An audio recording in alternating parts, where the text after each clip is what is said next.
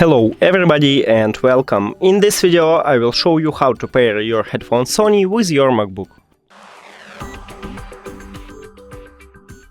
You have to start by click at the Bluetooth icon, now go to settings, and after that open the charging case and remove your headphones from the charging case.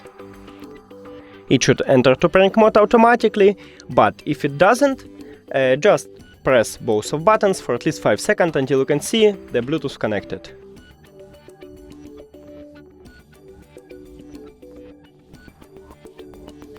Here we go. Now click to connect. And we did it! Thank you for watching this video. If you found it helpful, please consider subscribing to the channel and leave the like on the video. It's really important to us. See you later!